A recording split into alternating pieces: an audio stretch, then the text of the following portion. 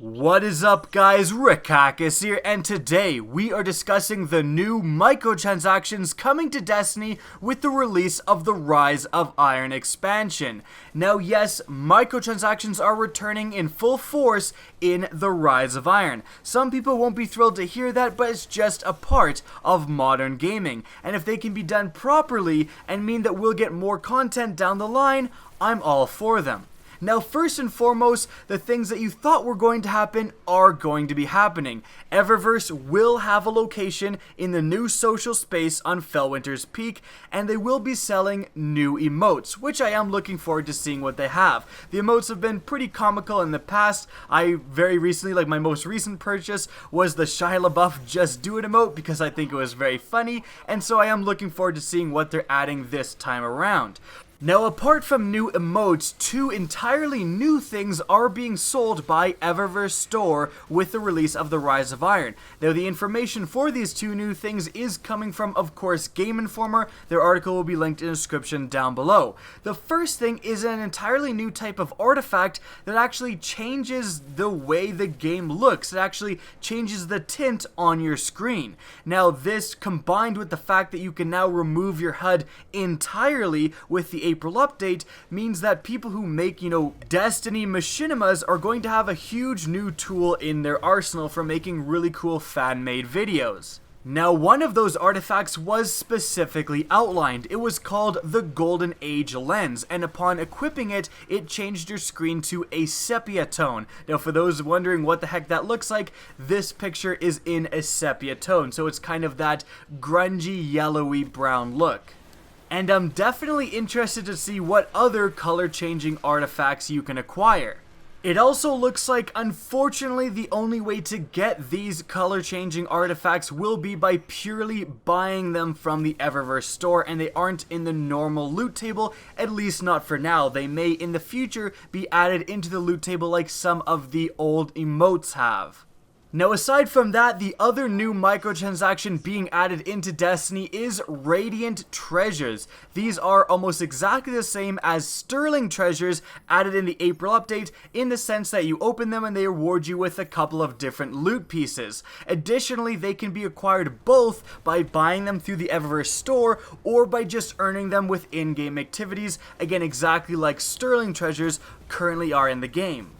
Now, what can you get by opening a Radiant Treasure? Well, not all of the loot they have was outlined, but some of it was. And the thing that was outlined was the fact that you could get different cosmetic upgrades. Essentially, you could get customization options for your exotics, and the ones mentioned were Xylo Supercell, Invective, Telesto, Meta Multitool, and the new Kvostov. And again, you could get different cosmetic customization options, which added new features to your exotic. Again, not functional features, not new perks or anything, but perhaps added a bayonet just for show to your Kvostov, for example, and stuff like that. So that's actually pretty cool, and I like the idea of being able to customize your exotic cosmetically. I mean, in the game right now, your exotic is your exotic is your exotic. It never changes. Everyone's Meta Multitool is the same. But the fact that you can perhaps go in now, customize, a different grip, add a foregrip, again, all just for appearance's sake, not giving you any sort of advantage in-game, that is a pretty cool addition to Destiny, and it will make your exotic, your favorite exotic, actually feel a little bit more unique. So that is what we know about the new microtransactions coming to Destiny with the Rise of Iron so far, and so far it seems all pretty good. New artifacts that change the tint of your screen, new emotes, and new cosmetic customizations for your exotics. Those are all fine because they're all purely aesthetic. They don't impact gameplay really in any way.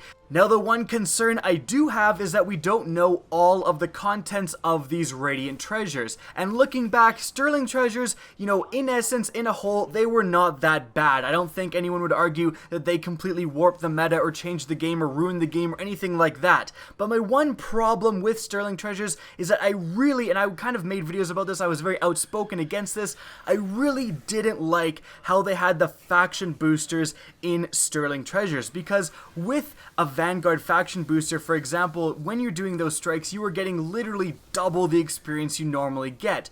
And it turned out the people I knew who just bought all of the Sterling Treasures, like $60 worth of Sterling Treasures right off the bat to get all of the Taken armor, they also, not even because they were trying to do that, but just as a consequence of doing that, they also have almost double the Vanguard rewards as me, because they've just been going around every time they play strikes, they whip on a Vanguard rep booster, and you're getting just massively more experience, and therefore getting more weapons than someone like me who refused to buy Sterling Treasures. So that I wasn't really in favor of. I hope Bungie this time sticks to purely cosmetic things, and that's what I'm really trying to get at.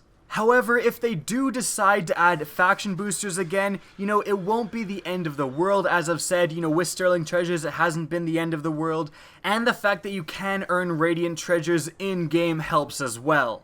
So that's going to be it for the video. I hope you guys enjoyed and found this informative. If you did, please remember to help me out by simply rating and especially sharing this video. If you want to see more Destiny content similar to this, don't be afraid to slap that subscribe button. If you want to get in touch with me and keep up to date with the latest channel activity, the best way is to follow me on Twitter at rickhackis. That's linked in the description down below, as is my Twitch channel, which you can also follow. Again, I hope you enjoyed the video, and as always, have a good day.